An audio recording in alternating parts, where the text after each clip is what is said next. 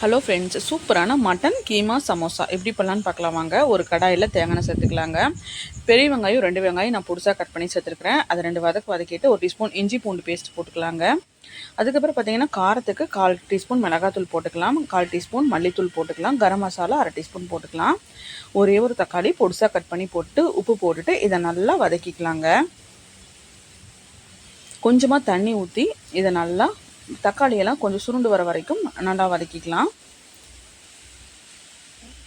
அதுக்கப்புறம் மட்டன் கைமா நான் ஒரு 150 கிராம் எடுத்துக்கிறேங்க. இப்போ நல்லா வாஷ் பண்ணிவிட்டு இப்போ நம்ம அதில் போட்டுக்கலாம். நல்லா மிக்ஸ் பண்ணிக்கலாங்க.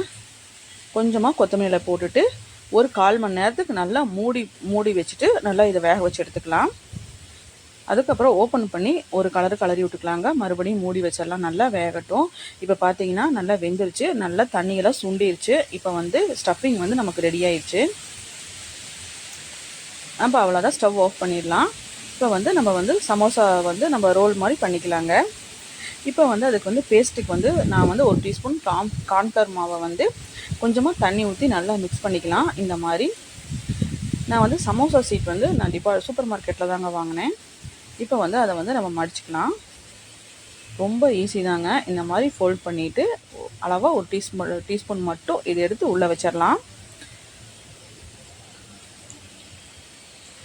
ரொம்பவே சூப்பராக இருந்துச்சுங்க. நல்லா மொறுன்னு அவ்வளோ சூப்பராக இருந்துச்சு. அவ்வளோதான், இதை ஃபோல்ட் பண்ணிவிட்டு இந்த பேஸ்ட் வச்சு நம்ம இதை ஒட்டி வச்சிடலாம். அவ்வளோதான்.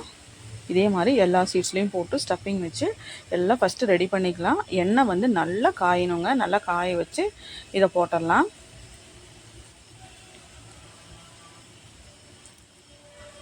எண்ணெய்க்கு தகுந்த மாதிரி 2 3 போட்டு நம்ம சுட்டு எடுத்துக்கலாங்க. திருப்பி போட்டுக்கலாம். நம்ம டைட்டாக ஃபோல்ட் பண்ணிட்டோம் அப்படின்னா இது அதுக்கப்புறம் இது பிரியாமல் இருக்கும். பார்த்திங்கன்னா சூப்பராக ரெடி ஆயிடுச்சு.